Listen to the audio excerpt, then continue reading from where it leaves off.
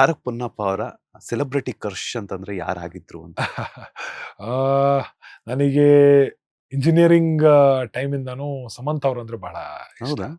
ಯಾಕಂದ್ರೆ ಅವಾಗ ಎಂ ಚೇಸವೆ ಅಂತ ಹ್ಮ್. ಒಂದು ಸಿನಿಮಾ ಬಂದಿತ್ತು. ಸೊ ಅವಾಗ್ಲಿಂದ ಅವ್ರ ಆಕ್ಟಿಂಗ್ ಆಗ್ಲಿ ಅಥವಾ ಅವ್ರ ಮುಗ್ಧತೆ ಆಗ್ಲಿ ನನಗೆ ಬಹಳ ಇಷ್ಟ. ಹ್ಮ್. ಸೊ ಅದು ಅವರೊಬ್ರು ನನಗೆ ಒಂದು ಪರ್ಸನಲ್ ಫೇವ್ರೇಟ್ ಅಂತ ಹೇಳ್ಬೋದು. ಭೇಟಿಯಾಗಿದ್ರೆ ಯಾವತ್ತಾದ್ರೂ? ಇಲ್ಲ, ಇವತ್ತವರೆಗೂ ಇನ್ನೂ ಆಪರ್ಚುನಿಟಿ ಸಿಕ್ಕಿಲ್ಲ ಅವ್ರನ್ನ ಭೇಟಿ ಮಾಡಕ್ಕೆ. ಅವರು ಒಂದ್ಸಲ ನಮ್ಮ ಕಾಲೇಜಿಗೆ ಬಂದಿದ್ರು ಶೂಟಿಂಗ್ ಅಂತ ಹೇಳಿದ್ರು. ಬಟ್ ಆ ಟೈಮಲ್ಲಿ ನಮಗೆ ಕಾಲೇಜ್ ಇರಲಿಲ್ಲ, ಬೇರೆ ಏನೋ ಒಂದು ರಜಾ ಇತ್ತು ಅಥವಾ ಹಾಲಿಡೇಸ್ ಏನೋ ಇತ್ತು.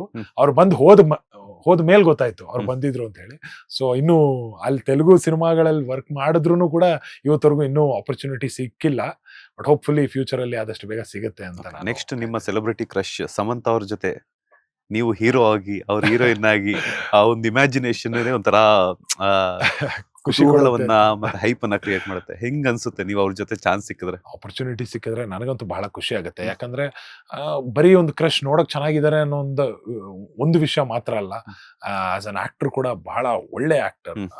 ಅವಾರ್ಡ್ಸ್ ಕೂಡ ಬಂದಿದೆ, ಪ್ರೂವ್ ಮಾಡ್ಕೊಂಡಿದ್ದಾರೆ ಅವರ ಆಕ್ಟಿಂಗ್ ಸ್ಕಿಲ್ಸ್ ನ. ಸೊ ಆ ವಿಷಯ ಕೂಡ ನನಗೆ ಬಹಳ ಖುಷಿ ಆಗುತ್ತೆ ಅವರಲ್ಲಿ. So it would be a great opportunity ಒಂದು ಒಳ್ಳೆ ಆಕ್ಟರ್ ಜೊತೆ. ಅಂಡ್ ಕಾಲೇಜಲ್ಲಿ ಇರ್ಬೇಕಾದ್ರೆ ಯಾರೊಬ್ಬರ ಮೇಲೆ ಕ್ರಶ್ ಇದ್ದವರು ಅವ್ರ ಜೊತೆ ಮಾಡಕ್ ಒಂದು ಆಪರ್ಚುನಿಟಿ ಸಿಕ್ತು ಅಂದ್ರೆ ಖಂಡಿತವಾಗ್ಲೂ ಬಹಳ ಖುಷಿ ಆಗುತ್ತೆ. ನನಗನ್ಸಿರೋ ಪ್ರಕಾರ ನೀವು ಅವ್ರ ಫಸ್ಟ್ ಡೇ ಶೂಟಿಂಗ್ ಅಲ್ಲೇ ಹೇಳ್ತೀರಿ ನನಗೆ ನಿಮ್ಮ ಮೇಲೆ ಕ್ರಶ್ ಇತ್ತು ಅಂತ. ಖಂಡಿತವಾಗ್ಲೂ ಇದಾಯ್ತು ಅಂದ್ರೆ ಖಂಡಿತವಾಗ್ಲೂ ಅವ್ರನ್ನ ಅಪ್ರಿಶಿಯೇಟ್ ಮಾಡೇ ಮಾಡ್ತೀನಿ. ಕನ್ನಡದ ನಟಿ ಮಣಿಯರಲ್ಲಿ ಯಾರು ನಿಮ್ಗೆ ತುಂಬಾ ಫೇವ್ರೇಟ್ ನಟಿ?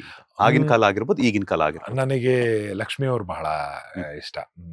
ಯಾಕಂದ್ರೆ ಅವತ್ತಿನ ದಿನದಿಂದಲೂ ಅವರು ಅಪ್ರೋಚ್ ಮಾಡಿರುವಂತ ಕ್ಯಾರೆಕ್ಟರ್ಸ್ ಆಗ್ಲಿ ಅಥವಾ ಮಾಡಿರುವಂತ ಕ್ಯಾರೆಕ್ಟರ್ಸ್ ಆಗ್ಲಿ ನನಗೆ ಬಹಳ ಇಷ್ಟ ಆಗಿರುವಂತ ಒಂದು ವಿಷಯ.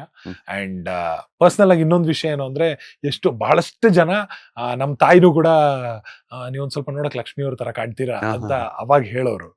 ಸೊ ಮೇ ಬಿ ಅದೊಂದು ಕಾರಣಕ್ಕೆ ನನಗೆ ಲಕ್ಷ್ಮಿ ಅವರು ಬಹಳ ಇಷ್ಟ ಆಗ್ತಾರೆ.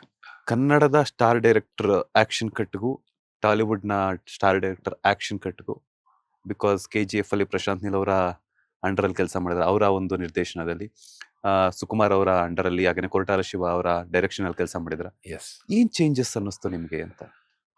ನನಗೆ ಕನ್ನಡದ ಡೈರೆಕ್ಟರ್ಸ್ ಅಥವಾ ತೆಲುಗು ಡೈರೆಕ್ಟರ್ಸ್ ಅಲ್ಲಿ ಚೇಂಜಸ್ ಅಂತ ನಾನು ನೋಡಲ್ಲ.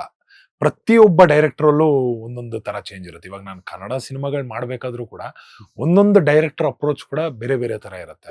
ಇವಾಗ ಅದೇ ತೆಲುಗಲ್ಲಿ ಮಾಡ್ಬೇಕಾದ್ರೂ ಕೂಡ ಅಲ್ಲಿ ಒಬ್ಬೊಬ್ಬ ಡೈರೆಕ್ಟರ್ಗೂ ಒಂದೊಂದು ರೀತಿಯಾದಂತ ಒಂದಿರುತ್ತೆ.